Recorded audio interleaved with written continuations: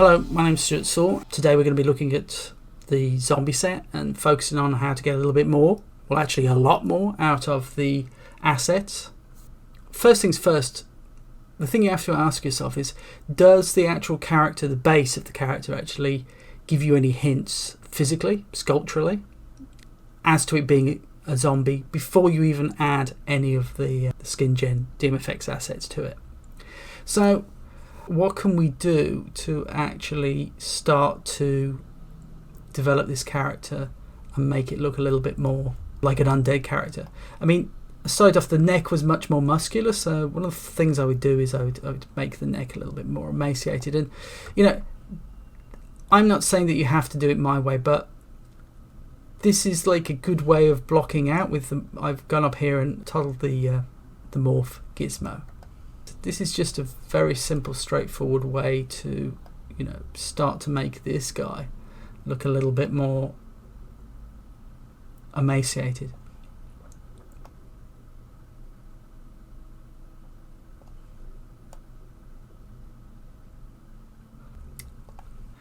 And I'm not sure, I may speed this up because I think this is fairly self-explanatory.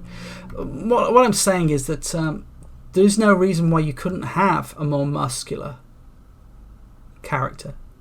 Indeed, it could be some kind of, like, for a science fiction kind of show, you might want something that's kind of powerful and not as emaciated. But I think there is a way of kind of bridging the gap and getting kind of the best of both worlds. That's it. More pigeon-chested. Maybe elongate him a little bit. Let's look at the head now. And I tend to always put a little bit of feminine into a face, because this is kind of a general bit of a mistake to have a face be totally and utterly male. There is always a little bit of feminine in even the toughest of faces. So I'll bring this down a little bit, show about the neck. I'd like to get that shoulder down. That's great. I'm gonna go too far. His head looks, his head a little bit big. His head is a bit giant compared to the rest of him. So let's go for full head scale. Yeah, he was a little bit giant. I'm going to concentrate on the face now. Too much. Face angle. Go for skull. And one of the things that I constantly do is make something asymmetrical. Jaw, we've got an asymmetrical. Let's go for the chin. And like I said, I'm probably going to speed this up.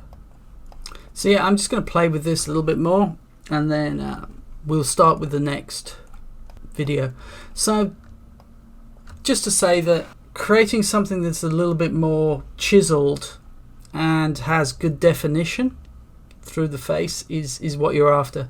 You want the character to basically say zombie in the first instance. That's kind of the way I would approach it, and thanks a lot for watching.